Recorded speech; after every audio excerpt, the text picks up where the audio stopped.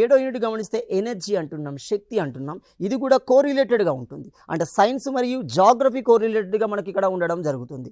సాధారణంగా మానవ అవసరాలకు కావలసిన శక్తి ఏ రూపాలలో ఉత్పత్తి చేయబడుతుంది అంటే సాంప్రదాయ రూపంలో ఉత్పత్తి చేయబడుతుందా, సాంప్రదాయేతర రూపంలో ఉత్పత్తి చేయబడుతుందా. ఇక్కడ ఎగ్జామినర్ ఏం చేస్తున్నాడు అంటే ఈ లెసన్ ఓవర్వ్యూగా తీసుకుంటూ క్వశ్చన్ అప్లికేబుల్లో ఇస్తున్నాడు. సింపుల్గా అడిగే క్వశ్చన్ ఏంటి, క్రింది వాణిలో సాంప్రదాయ వనరులను గుర్తించండి అంటున్నాడు. 2 లేదా 3 ఇచ్చేసి కింద స్టేట్మెంట్స్ ఇస్తున్నాడు. 1, 2 రైటు, 2, 3 రైటు, 2, 3, 4 రైటు, 1, 2, 3 రైటు ఇలా అడుగుతున్నాడు చూడండి. కాబట్టి మనకు బేసిక్ కాన్సెప్ట్ అనేది ఇక్కడ ఉండాలి.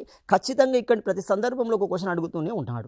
8వ యూనిట్ కనుక గమనిస్తే నీరు అనే అంశాన్ని ఇవ్వడం జరుగుతుంది. వాటర్ రూపంలో ఇచ్చాడు. అంటే ఆ వాటర్ కాంపోనెంట్ ఏ విధంగా ఉంటుంది, త్రాగునీరు ఏ విధంగా ఉంది. ఎందుకంటే క్రమంగా జనాభా పెరుగుతుంది, జనాభా ఉపయోగానికి నీటి వినియోగం కూడా పెరుగుతుంది. ఇలాంటి సందర్భంలోనే నీరు అనేది కలుషితానికి గురి కావడం జరుగుతుంది. మరి ఇలాంటి కలుషితం వల్ల ఎలాంటి వ్యాధులు వస్తున్నాయి, ఏ విధంగా వాటిని శుభ్రపరచుకోవాలి, శుభ్రపరచుకునే పద్ధతులు ఏంటి, ఇలాంటి అంశాలను అందులో పొందుపరుస్తూ మనకు 8వ యూనిట్ను పొందుపరచడం జరిగింది.